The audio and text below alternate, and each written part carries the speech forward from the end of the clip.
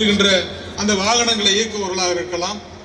அப்படிப்பட்ட ஒரு சூழலிலே இன்றைக்கு ஒன்றிய அரசு பல்வேறு காலகட்டங்களிலே அந்த வரியை உயர்த்தி இருக்கின்றது என்பதை எல்லாம் கடந்த ஒரு வாரங்களுக்கு முன்பாக பதவியேற்கும் பொழுது இந்த அசோசியேஷனுடைய தலைவர் அவர் தன்ராஜ் அவர்கள் என்னுடன் ஒரு மனுவாக கொடுத்திருந்தார்.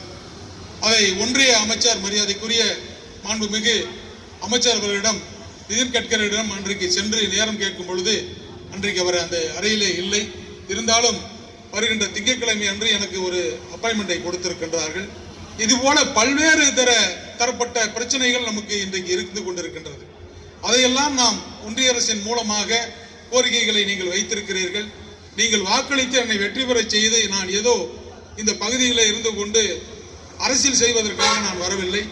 கண்டிப்பாக இங்கு இருக்கின்ற தொழிலில் இருக்கின்ற தொழில் முனைவோர்கள், இங்கு இருக்கின்ற அத்தனை தொழிலதிபர்களுக்கும் உறுதுணையாக இருக்க வேண்டும் என்ற அந்த நம்பிக்கையோடு தான் இன்றைக்கு மரியாதைக்குரிய ராஜேஷ்குமார் அவர்களும் நானும் அங்கே பாராளுமன்றத்திலே வேலை பார்த்து கொண்டிருக்கின்றோம். இன்றைக்கு அரியலூரில் இருந்து ஈரோடு வரை அந்த ரயிலை இயக்க வேண்டும் என்று பல்வேறு நேரத்திலே ஒன்றிய அமைச்சர் அஸ்வினி வைஷ்ணவிடமிடம் கோரிக்கை வைத்துக் கொண்டே இருந்தேன். தொடர்ந்து நேரிலே அழுத்தம், தபால் மூலமாக அழுத்தம், பாராளுமன்றத்திலே பேசும்பொழுது அதனுடைய அழுத்தம். அப்படிப்பட்ட நேரத்திலே நேற்று பாராளுமன்றத்திலே நான் அவரிடம் கேட்கும் பொழுது அதற்குண்டான டிபிஆர்கள் செய்யப்பட்டு இன்றைக்கு இன்னும் ஓராண்டு காலத்திலே அதற்குண்டான நிலப்பரப்புகளை எடுக்கிறேன் என்ற அந்த உத்தரவாதத்தை கொடுத்திருக்கின்றார்கள். அதன் மூலமாக நமக்கு அந்த பகுதியில் இருந்து பல்வேறு